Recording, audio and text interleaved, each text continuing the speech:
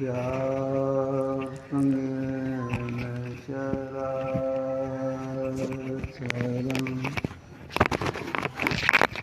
तत्पदं दर्शितं तस्मै श्रीगुरुवे नमः। नमो नमो सद्गुरु नमो जासमकुमार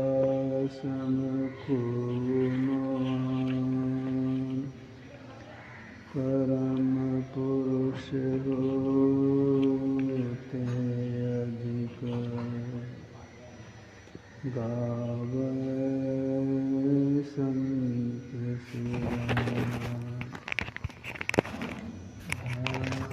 धन सतगुरु सुखदा महिमा कही न जाए जो कछु कहो तुम्हारी कृपा मोहि कछु न सहे।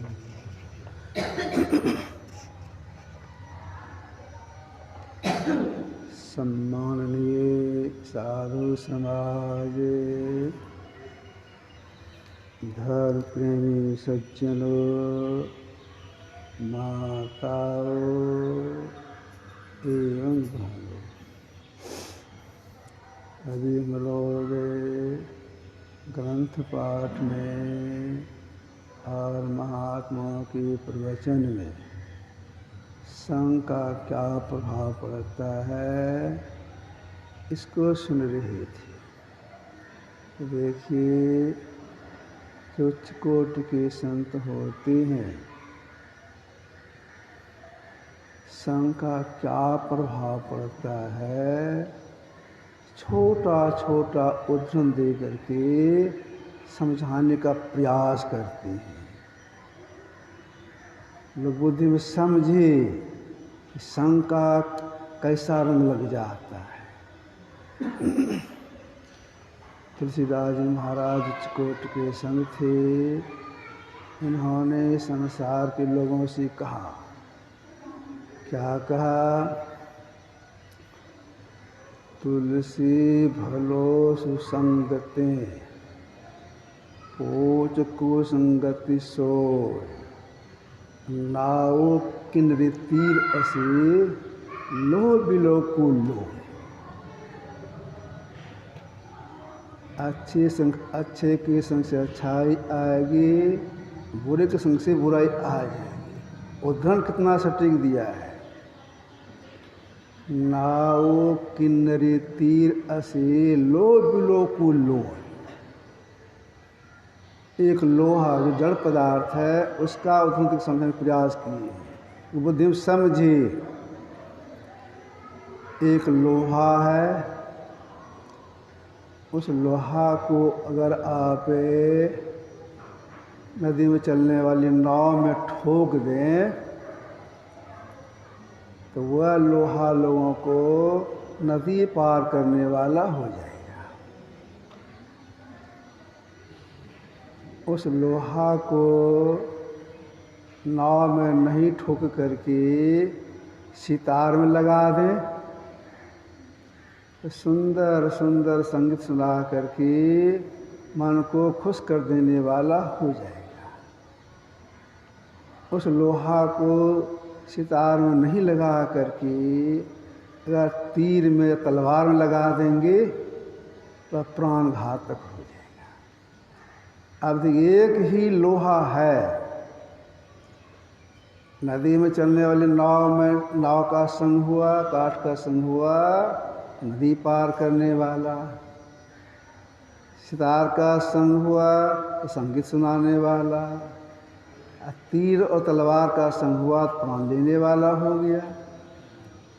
ठीक ऐसे ही अच्छे के संग करेंगे अच्छाई आएगी, बुरे का संग करेंगे बुराई आ जाएगी। देखिए, संग का रंग जीव के ऊपर कब से लगना शुरू हो जाता है? जब यह जीव माँ की पेट में नहीं पहुँचा है, तब से संग का रंग लगना शुरू हो जाता है। तो माँ की पेट पहुँचने के पहले यह जीव कहाँ था? शुक्र के अंदर। अब देखिए प्रमुख सृष्टि कैसी है।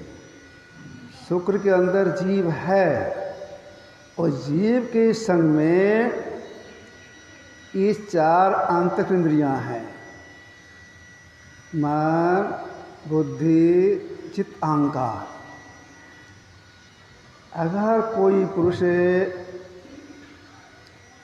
नाच देखेंगे, नाटक देखेंगे, सिनेमा देखेंगे, अश्लील बातों को सुनेंगे, अश्लील बात सुनेंगे, उसके शुक्र में जो जीव है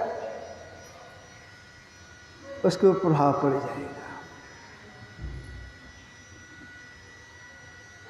जब शुक्र के साथ जीव माँ की पेट में पहुँचता है, उसका भी संकरण लगता है,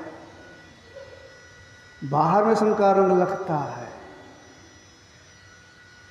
जितने बड़े बड़े महापुरुष हो गए सबका यही कहना है, अगर आप अपने को कल्याणमय चाहते हैं, कल्याणमय बनाना चाहते हैं, तो महापुरुषों का संग कीजिए। क्यों संग कीजिए? तो गुरुदेव एक बार बोले थे अपने प्रवचन के सिलसिले में, जैसे माँ की पेट में बच्चे का शरीर गढ़ा जाता है, वैसे ही संग से जीवन गढ़ा जाता है। तो जैसे का संग करेंगे वैसा रंग लगेगा।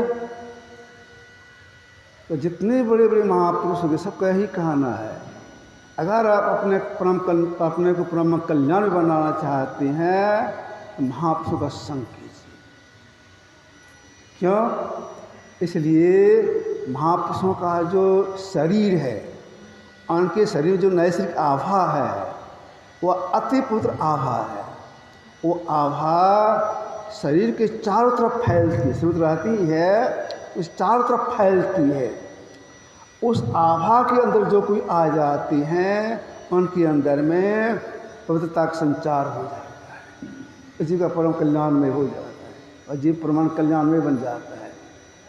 इसीलिए महापुरुष का नाम मान करके हम लोगों का कर्तव्य बन जाता है कि महापुरुष संग अवश्य करें।